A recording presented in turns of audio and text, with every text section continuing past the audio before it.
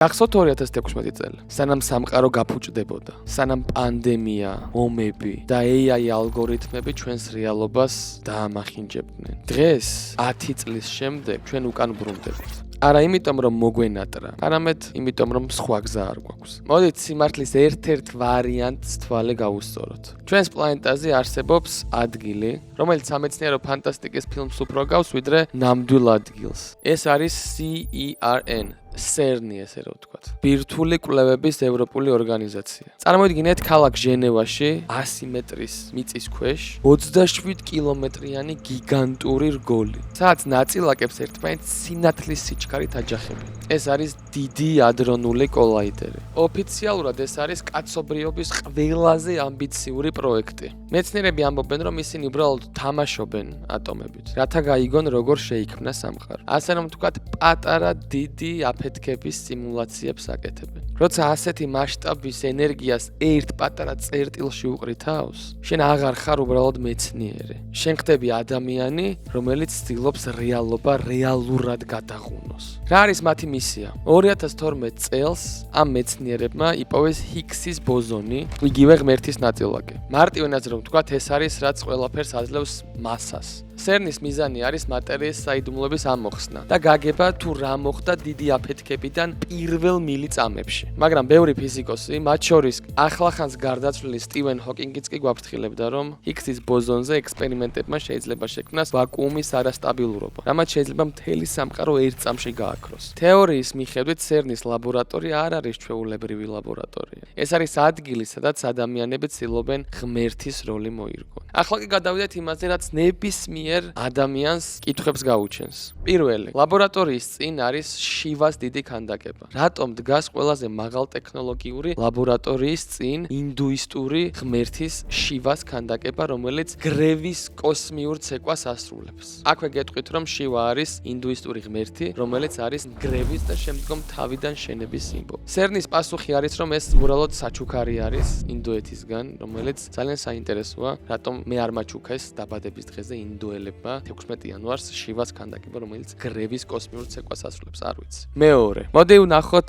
CERN-ის ლოგო. ამ ლოგოს თუ კარგად დავაკვირდებით და უფრო კარგად მოვინდომებთ, ჩვენ შეგვიძლია დავინახოთ ამ ლოგოში 3-6-იანი, რომელზეც არ დავიწყებ საუბარს, ალბათ ბავშვობიდან ყველამ კარგად იცის 3-6-яნის ალთა და ბალთა. და მესამე ყველაზე უცნაური, 2016 წელს გავრცელდა კადრები, სადაც შავებში გამოწყობილი ადამიანები სწორედ იმ შივას ქანდაკების წინ ასრულებდნენ რაღაცა თითქოს და სარიტუალო ცეკვებს. შემდგომ ხალხს ამაზე კითხვა რომ გაუჩნდა, CERN-ის ოფიციალური პასუხი იყო, რომ სტუდენტების უკბილო ხუმრობა იყო, რომლებიც შეიჭრნენ ამ ლაბორატორიის ეზოში და ასრულებდნენ ცეკვას. ძალიან უცნაურია, რადგან როდესაც ყველაზე მაღალი ტექნოლოგიური ლაბორატორია გაქვს, ასევე ყველაზე მაღალტექნოლოგიური თუ არა ძალიან მაღალტექნოლოგიური დაცვა უნდა გყავდეს და ჩვეულებრივ სტუდენტებს არ უნდა შეეძლოს შემოსვლა CERN-ის ტერიტორიაზე და უკბილო ხუმრობების ვიდეოდ ქცევა. ჩემი აზრით ლოგიკურია, ხო, რასაც ვიძახი. რა მოხდა 2016 წელს? რა მოხდა და ზუსტად 10 წლის წინ 2016 წელს CERN-მა აამუშავა კოლაიდერი მაქსიმალურ სისწრაფეზე, რომელიც ბადებს შემდგომ თეორიას, რომ ჩვენი სამყარო და უფრო ქაოსური პარალელური სამყარო ერთმანეთს შეერწყა, დაეჯახა და მივიღეთ ქაოსური სამყაროს ნაზავი რეალობა. სწორედ 2016 წელს იწყება მანდელას ეფექტზე აქტიური საუბარი, რომ პიკაჩუს სხვა ფერი კუდი ქონდა, რომ თბილისის ზოოპარკში ჟირაფი ყავდა ბევრს ნანახი. ქოროს საერთოდ იფიცება კიდეც, რომ ჟირაფი ნანახი ყავს, როდესაც იგი ყველაზე შორს თბილისთან ბაქოშია ნამყოფი და შემდგომ სიცილიაზე. სწორედ ამ კოლაიდერის აჩქარებამ გამოიწვია 2017 წლიდან 2025 წლამდე ქაოსური პერიოდი. მაგრამ დღეს არის 2026 წლის 30 იანვარი. ზუსტად 10 წელი გავიდა იმ კატასტროფული შეცდომიდან და CERN-მა ახლახანს გამოაცხადა, რომ ისინი გადადიან ახალ ეტაპზე, რომ ისინი უფრო ღრმა დაპირებენ შეტოფვას. კოლაიდერი ახალ წარმოუდგენელ სიმძლავრეზე გადადის, რასაც ნექსუსის წერტილი ეწოდება. 2026 არის ახალი 2016. ეს არ არის უბრალოდ ჰეშტეგი და უბრალოდ ტრენდი. ეს არის სისტემის მცდელობა, რომ დაგვაბრუნოს საწყის წერტილში. სისტემა ცდილობს, რომ დაარეფრეშოს ჩვენი რეალობა. გრძნობთ ნოსტალგიას, გრძნობთ, რომ რაღაცა ძველი ბრუნდება. ეს იმას ნიშნავს, რომ ის ქაოსური სამყარო, რომელიც ჩვენ სამყაროს 2016 წელს შეერწყა, ისევ განცალკევდება და ისევ დავუბრუნდებით ნორმალურ გზას, რომელიც 2016 წელს CERN-ის ხელების ფათურმა გადაგვიკეტა. სწორედ ამიტომ დღეს ბასტო ფანტასტოსთან ერთად გავიხსენოთ როგორ იყო 2016 წელი, იმიტომ რომ თუ მართლა იქ მოხდა და 2016 წელს სამყარო დავრეფრეშდა და 2016 წელს დავბრუნდით, უნდა გვახსოვდეს, თავიდან არ უნდა გვიწევდეს აკლიმატიზაციის გავლა. ძალიან საინტერესო ვიდეო იქნება, როგორი იყო 2016 წელი, მოდი გავიხსენოთ, რას რა ფასი ქონდა, ვინ რას აკეთებდა, YouTube-ზე რა გადიოდა და ასე შემდგომ. Pasto, fantasto, skalmananეს too much me. მუკისარმებით, როგორც ხედავთ, რაღაცა უცნაური შეთქმულების თეორიით დავიწყე. მოკლედ, ჩემი ვიდეო მიზანი იყო, რომ ტრენდი რომ არის 2026 is the new 2016, თუ გინდათ სრულად ინგლისურად ვიტყვი 2016, 2026 is the new 2016. ტრენდი რომ არსებობს, შემიძლია სულ ქართულად თქვა 2026 არის ახალი 2016. მოკლედ, ყველაზე ტრენდული ახლა ბოლო პერიოდში ეგ არის რა. ხო და ამაზე რომ ვაკეთებდი 2016 წელს რაღაც რა მოხდა, როგორ მოხდა, რანაირად მოხდა, ძალიან საინტერესო თეორია ვიპოვე, რომელიც ახლა ჩემი ვიდეოს დასაწყისში გესაუბრეთ. რამდენ პროცენტიან სიმართლეს შეიცავს, მნიშვნელობა არ აქვს, ისე კი უცნაური არის, ბევრი დამთხევა არის. დაგუგლეთ, მე თუ შესაბამისი ან საკმარისი ინფორმაცია ვერ მოგაწოდეთ, არაუშავს. მიმართავ ჰიტას, მიმართავ ცოდნის პორტალს, მიმართავ ბენოს. ვინც მსგავს ვიდეოებს აკეთებს, გაუშალეთ ჩვენს მემს. მე აქ გასართობად ვარ მოსული, უნდა გავართო ხალხი, თქვენ ასწავლეთ რაც გინდათ.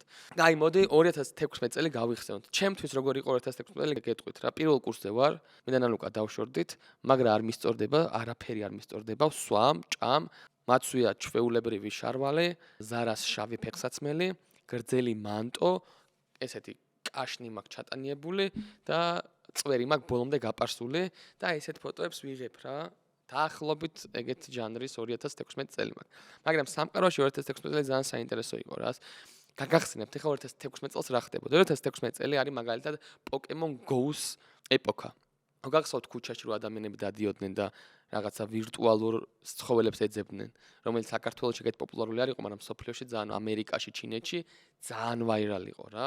თუ გახსოვთ რომ ფოტოები როა რომ ველოსიპედზე ტიპს რო 20 მობილური აქვს დამაგრებული და აი შეგეძლო რომ ეგეთი სერვისები არსებობდა რომ ჩინეთში მაგალითად ვიღაც ტიპი რომელიც გადაადგილდებოდა იქ ქუჩაში გადაადგილებაზე იყო რაც უფრო მეტ მანძილს დაფარავდი მით მეტი შანსი ჰქონდა რომ პოკემონი გეპოვა ხო და სწორედ ამიტომ ასეთი სერვისიც კი გაჩნდა რაცშიც ფულს აკეთებდა ადამიანი და მეორე იხდიდა რომ ეს ველოსიპედზე ქონდა ტიპს რაღაცა პლატფორმა დამაგრებული სადაც ბევრი მობილური ჩასადები იყო და შენ ატანდი შენ მობილურს რაღაც ფულს უხდი და ის დადიოდა და პოკემონებს ეძებდა შენთვის.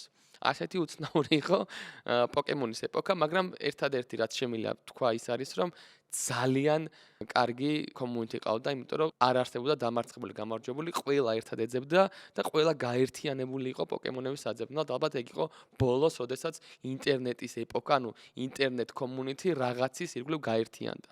მაგის მერე გაერთიანებული ინტერნეტი აღარ ყოფილა. სხვათა შორის 2016 წელს გაჩნდა ასევე ბოთლის ამოტრიალების, აი ბოთლს რო ესე ატრიალებდა რომ უნდა დააყენო, ეგ ტრენდი 2016 წელს გაჩნდა. და სხვათა შორის აი ეს ტრენდიც 2016 წელს გაჩნდა, ერთად გაჩნდა, ამის ამოტრიალება და ამის გაკეთება იყო კომბინაცია რა, როგორც მესის მარცხენა ფეხით მიღება ბურთის დარტყმა გადაგზავნა და გოლის გატანა. ასევე 2016 წელი იყო Mannequin Challenge-ის წელი, ალბათ გახსოვთ Mannequin Challenge-ი. მე თუ ვიპოვე ჩემი პირველი Mannequin Challenge-ი, ამოგინათებთ აუცილებლად განახებთ კავკასიის უნივერსიტეტში. ახალი წელი მოდიოდა, ეგ პერიოდი იყო და სახალხო ფართის დავალება იყო, რომ ყველა კურსს უნდა გაეკეთებინა თავისი Mannequin Challenge-ი და ჩვენ გავაკეთეთ Mannequin Challenge-ი, ესე ვიყავი უნივერსიტეტში მისული, მაგრამ ძალიან crazy-ობა იყო. ანუ აი როგორი crazy-ობა იყო, იცი? კავკასიის უნივერსიტეტში ესე მისვლა იყო, ანუ ძალიან crazy ვიყავი. და ესეთი ფორმა მეცვა გადაწყვეტილი მქონდა რომ ყველაზე გიჟური Mannequin Challenge-ი, რომელიც 4 სართულზე განლაგდა, გავაკეთეთ ბიზნეს სკოლის სტუდენტებმა და მგონი მოვიგეთ კიდეც, იმიტომ რომ მათ რეჟისორად ყავდათ შესანიშნავი ადამიანები, რომლებიც ერთ-ერთი ბასტო ფანტასტო იყო და რა თქმა უნდა მოიგებდა ვისაც ეჭვი გეპარება თამაში, გამოიწერეთ ჩემი არხი. სხვათა შორის 2016 წელს გამოიგონეს AirPods-ი და 2016 წელს დაიწყო განადგურება და დანგრევა სადენიანი ყურსასმენების. სადენიანი ყურსასმენები, როცა გამოიგონეს ეგ წელი, ტირე 2016 წელი და ქვემოთ RIP, Rest in Peace, განისვენეს სიმშვიდეში. სხვადასხვა ასევე 2016 წელს დასვა პირველად ელონ მასკმა თავისი რაკეტა SpaceX-ი ვერტიკალურ მდგომარეობაში, რამაც ძალიან გააიაფა, ფრენები გააიაფა კოსმოსისკენ ძალიან. ის რომ იფრინავდა რაღაცეები ძვრებოდა ის და ელონ მასკმა ისეთი რაკეტა გააკეთა, რომელიც საბოლოო ჯამში მე შემდგომ ესე მთლიანი რაკეტა მიფრინავს და ეს მთლიანი რაკეტა ჯდება და ეს რაკეტა მოფრინავს მე. სწორედ ამიტომ ელონ მასკის დამსახურება ძალიან დიდი, რომ მთვარეზე ფრენა ეხლა იყიდება, შეგიძლიათ იყიდოთ ტური, მაგრამ დიდი ალბათობით ვერ გაფრინდებით, იმიტომ რომ როგორც გახსოვთ, ძალიან დიდი ხნის წინ წელი არ მოხსოვს, მაგრამ აქ დაეწერება წელი. ეს წელი იყო, როდესაც ბოლოს ადამიანმა მთვარეზე ფეხი დადგა. ბევრი ადამიანი მიწერს, რომ მთვარეზე ფეხი საერთოდ არ დაუდგამს ადამიანს. ეგეც ერთ-ერთი შეთქმულების თეორიის ნაწილი, რომელიც შესაძლებელია მართალი იყოს, არ არის აუცილებელი, რომ ტყუილი, შესაძლებელია მართალი იყოს, მაგრამ მე ვარ ადამიანი, რომელიც ზოგ თეორიას ვემხრობი, ზოგს არ ვემხრობი. მაგ თეორიაში ვარ 80% ჯერა რომ მთვარეზე ადამიანები ვიყავით. ის 20%-იც იმიტომ რომ რაღაცა მეცნიერული და ფიზიკური თეორიები არსებობს, რაც გვეუბნება, რომ დედამიწას აქვს რაღაცა დაცვა, რომელსაც ადამიანის წნევა ვერ უძლებს რომ გადალახოს, ამიტომ შეუძლებელია ჩვენ გავცდენოდით ოზონს. ასევე ძალიან პოპულარული მიმი იყო ჰარამბეს მიმი, როდესაც ბავშვი ჩავარდა ზოოპარკში და ჰარამბე იყო გორილა, რომელიც პრევენციის მიზნით ეს ჰარამბე მოკლეს. ზოოპარკის დაცვა მეგრევე ესვლა და მოკლა, რომელიც მერე გახდა მთავარი დრამა საერთოდ მთელს დედამიწაზე და ამბობდნენ, რომ წმინდანად შერაცხეს ესეთ შეგვიძლია ვთქვათ ჰარამბი. ეს იყო ძალიან მოკლედ რა ხდებოდა 2016 წელს. საქართველოს ბანკის სლოგანი იყო იგრძენი მომავალი. ახლა როგორც ხედავთ არის არ გაჩერდე, ისე იგრძენი მომავალი. და დავიწყე შეგრძნება მომავალის და ეხლა მეუბნება საქართველოს ბანკი რომ არ გაჩერდეო. ჩემს გენერალურ სპონსორს ყველაფერი აქვს გათვლილი საერთოდ. ყველაფერი გათვალა. ჯერ მითხრა 2016 წელს იგრძენი მომავალიო, იცოდა რომ იმ კოლაიდერმა რაღაცა საშნელება გააკეთა.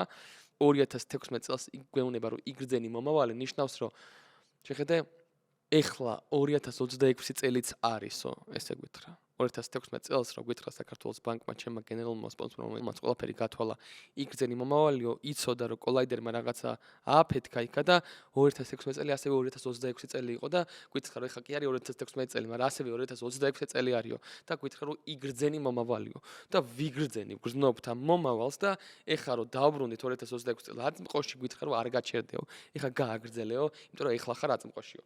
გენიალურები ხართ მეგობრები. ეს აქამდე არ ვიცოდი. დღეს გავიგე რომ ყველაფერი იცოდნენ. ასევე მადლობა სტარბაქსინიო რონალდინიოს, რომელიც ნახეთ ერთ წელი დამჭა. თუ შეიძლება რომ ხო შეიძლება. გადავალთ ეხა რატო მოგიყევით 2016 წელი. უცებ რომ გამეხსენებინა თქვენთვის 2016 წელი რა როჟა იყო, მაგრამ მოდი კარგად გავიხსენოთ ძალიან საინტერესო 2016 წელს რა ხდებოდა საქართველოში რა. 2016 წელს დაწერილ ერთ-ერთ სტატიას წავიკითხავ. ქართული ლუდის კომპანიები მომხმარებელს პროდუქციას ტრადიციულად ორგვარი სხვადასხვა ზომის ბოთლებში ჩამოსხმული და ეგრეთ წოდებული ჩამოსასხმელი ლუდის სახით სთავაზობენ. 9 ლიტრიანი ბოთლის ლუდის ფასი შუშის არის ლარი და 50-დან 2 და 20 ლარამდე, ჩამოსასხმელი ლუდი კი საშუალოდ ლარი და 20-დან ლარი 80-მდე ღირს. ასევე ნახე აქციის ფოტო, ძალიან საინტერესო აქცია იყო, გინესი 5 და 70-ის, მაგრივად ღირს 2 და 70. გინესი დღეს ღირს 10 ლარი. ბარში რომ დალიოთ 16-დან 18 ლარამდე მერყეობს და 2 და 70 ღირდა. ძალიან საინტერესო. ასევე ძალიან საინტერესო რაღაცას წავაწყდი, თურმე 2016 წელს საქართველოში გაიაფდა ფქვილი და გაძვირდა პური. სწორედ ამიტომ შეიქმნა კომისია თურმე, რომელსაც უნდა გამოეკლია, რატომ გაიზარდა პურის ფასი, როდესაც ფქვილის ფასმა დაიკლო.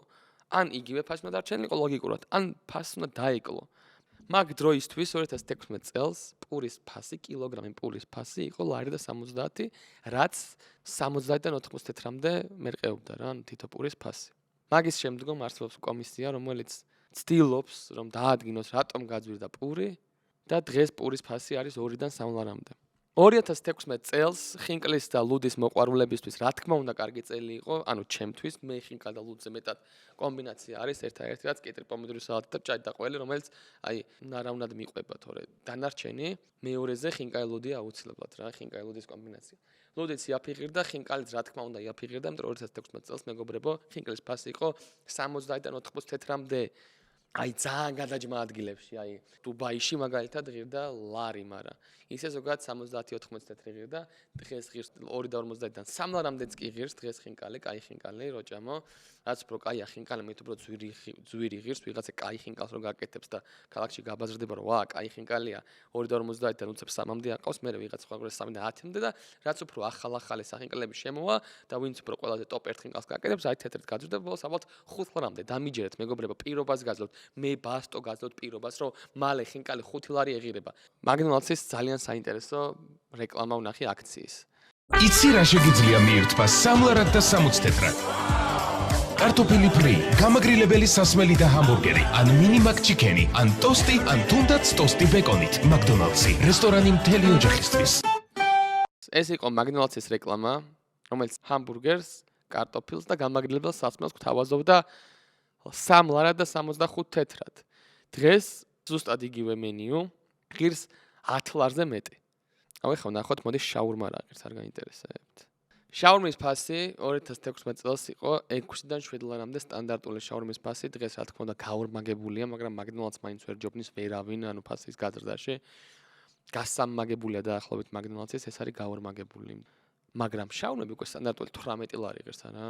ის მომენტი რა ხო იცით ბავშვი რო ყავს ნახე 2 წლის ასაკში და შემდეგ რო 8 წლის ასაკში ხედავ და მე-13 რო 18 წლის ასაკში ხედავ ყველა ნახვაზე ვაიმე შენ ეგ ახლა ვაიმე როგორ გაზრდილ ხარ ხატავ აი ეგ გემართება იმიტომ რომ ეგრევე ხედავ და ჩვენ რეალობას ანუ ყოველდღე რო ვიღვიძებ და ვიძინებთ ხედავთ გრადაციით ანუ დაახლოებით რომ თქვათ ანუ აი ეს არის როდესაც განსხვავებას ხედავ და ეს არის როდესაც გრადაციას და ნელ-ნელა რო შეხედავ თითქმის ვერ ამჩნევ განსხვავებას ისე ავიდა 18 ლარამდე შაურმის ფასი სტანდარტული შაურმის ფასი რომ საერთოდ თვალსა და ხელს შუა ავიდა ანუ პირველად არის mind blow იყო რომ 10 ლარს რო 10 და იმიტომ რომ ერთ ნიშნადან ორ ნიშნაზე გადავიდა ალბათ შემდეგი mind blow გვექნება რომ 18 ლარი ხო ღირს აი 11-დან 18 ლარამდე რო ავიდა უფრო ნაკლები ვაიმე დაგვემართება ვიდრე აი 18 ლარიდან 20 ლარამდე რო ავა იმიტომ რომ 20 ლარი უკვე ორ ნიშნა არის რომელიც ორით იწყება ამასაც პირობას გასვათ მეგობრებო აუცილებლად სტანდარტული შაურმა ძალიან მალე პირობას ვდებ 20 ლარი ეღირება ასევე ვნახე 2016 წელს დაწერილი სტატია ხელოვნურ ინტელექტზე არ გაინტერესებთ რა დამოკიდებულება ქონდა ადამიანებს ხელოვნური ინტელექტის მიმართ ვირტუალურ რეალობასთან შედარებით რთულია ვთქვათ არის თუ არა ბაზარი მზად ხელოვნური ინტელექტისთვის 2016 წელს ფიქრობდნენ რომ ვირტუალური რეალობისთვის ადამიანი მზად არის და ვირტუალური რეალობა უნდა მოსულიყო ჩვენამდე და უნდა გაბაზრებულიყო და ხელოვნური ინტელექტის უჩერებს ხალხი მზად არ არის. არის 2026 წელი და მოსახლეობის 80% ვისაც ცნობა აქ იყენებს ხელოვნურ ინტელექტს და ალბათ 2 ან 3% არის მოსახლეობის ვისაც ვირტუალურ რეალობაზე აქვს ცნობა. ანუ 2016 წელს კვლევები იძახდნენ რომ ვირტუალურ რეალობა შეცურდებაო და ხალხის ნაწილი გახდებაო, მაგრამ ხელოვნური ინტელექტი ვერავ, მაგრამ ჩემი სირი აი პირიქით მოხდა. ალბათ გაინტერესებთ 2016 წელს იყო თუ რა პროტესტი და რა პროტესტი იყო 2016 წელს 2016 წელს იყო პროტესტი მარიხუანის შესახებ ადამიანები ითხოვდნენ მარიხუანის დეკრიმინალიზაციას ლეგალიზაცია და დეკრიმინალიზაცია განსხვავდება ერთმანეთისგან დეკრიმინალიზაცია არის როდესაც სისხლის სამართლის დანაშაული აღარ არის ეს მარიხუანის მოხმარება ხოლო ლეგალიზაცია არის როდესაც დანაშაული საერთოდ აღარ არის დიდი აქცია იყო მახსოვს მეც მივედი იქ მისი მეით რო იღაცა ჩემი რა მიხვარი ქნებოდა მართლა ღლაპი ვიყავი და საერთოდ მართლა მაგიტომ მივედი და დარწმუნებული ვარ ძალიან ბევრი ადამიანი მაგიტომ მივიდა მაგრამ საბოლოო ჯამში რა თქმა უნდა მარიხუანის მოხმარება დეკრიმინალიზებული უნდა იყოს ზოგადად ჩემი გადმოსახედიდან ახალგაზრდა ადამიანის ტერი არის მარიხუანაც და ალკოჰოლიც და ყველაფერი საერთოდ იმიტომ რომ რასაც მარიხუანა იწვევს ის ახალგაზრდა ადამიანის ყველაზე დიდი მტერია მე ეგრე ვფიქრობ ახალგაზრდა ადამიანი უნდა იყოს ენერგიული უნდა იყოს რისკიანი უნდა იყოს ნაკლებად overthinker-ი, მეტი ნაბეჯი გადადგას უფრო ცხოვრებაში და მარიხუანა ამ ყველაფრის საწინააღმდეგოს იწვევს. კი შეიძლება უფრო დაფიქრდე, უფრო მეტი პრობლემა ისქნა როგორც იციან ხოლმე რომ მარიხუანა twins მიხსნის, twins არ გიხსნის, ცოტა სხვა რაღაცას აკეთებს, მაგრამ გასაგებია, რაც გონია twins გახსნა და ეგ twins გახსნა ხშირ შემთხვევაში არის მტერი პროგრესის. სწორედ ამიტომ მე მგონია რომ პროგრესს ხელს უშლის, მაგრამ მიუხედავად მაგისა, მარიხუანაზე ადამიანები ციხეში არ უნდა მიდიოდნენ. სწორედ ეს იყო მიზანიც ამ 2016 წელს არსებული პროტესტის. ჯერ ლეგალური გახდა როგორც მახსოვს, მაგ დროს გირჩი ერთიანი იყო და მახსოვს რომ ტელევიზორში ეთერში აჩვენეს რომ დემონსტრაციულად კანაფი დარგეს.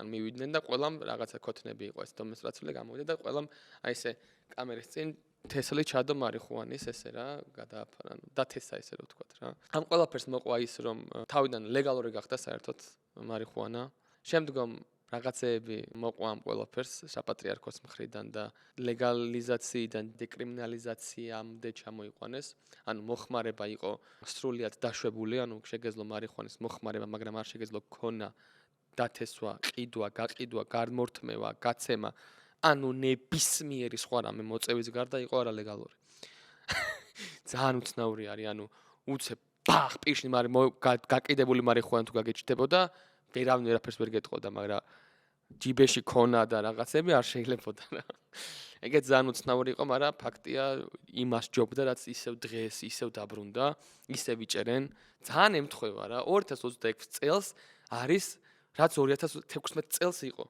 ანუ 2016 წელს მარიხუანას დეკრიმინალიზაცია მოხდა და 2026 წელს ისევ გაქრა ანუ ისევ არალეგალურია გონი მართლა რაღაც კოლაიდერში იქნეს იმ ჩემისებმა ანუ სხვა ხსნა არ მაქვს მაგრამ ერთი ძალიან საინტერესო ის არის რომ $400 იღირდა ბიტკოინი $85,000 იღირს ახლა ძალიან საინტერესო არის იმიტომ რომ დიდი ალბათობით 2016 წელს რომ $800 გახდა ბიტკოინი რომ კითხულობდი სტატიებს ყველა სტატია იყო რომ ვაიმე ბიტკოინი $2,000-მდე ავიდა ხო გეუბნებოდით მეგობრებო ეს მომავალია რაღაცა რა ეგეთი სახის სტატიები იყო ეგეთი სახის პოსტები იყო მაგრამ კომენტარებში მაინც ჭარბობდა რომ აი ეგ დაეცემა ძმა და უკან წავა და მაქსიმუმ 1000-მდე მივიდეს და მე იმას იზამენ და წარმოიდგინეთ $400-ით 400-დან $800-მდე რო გახდა და ადამიანი ნიშნის მოგებით საუბრობენ აი ძმა ბიტკოინი რო გეუბნებოდი გენიოსი ვარ ბიჭო გენიოსი წარმოიდგინეთ ახლა ღირს $85,000 100 ჯერ ძვირი ღირს ანუ 100 ჯერ გაძვირდა ბიტკოინი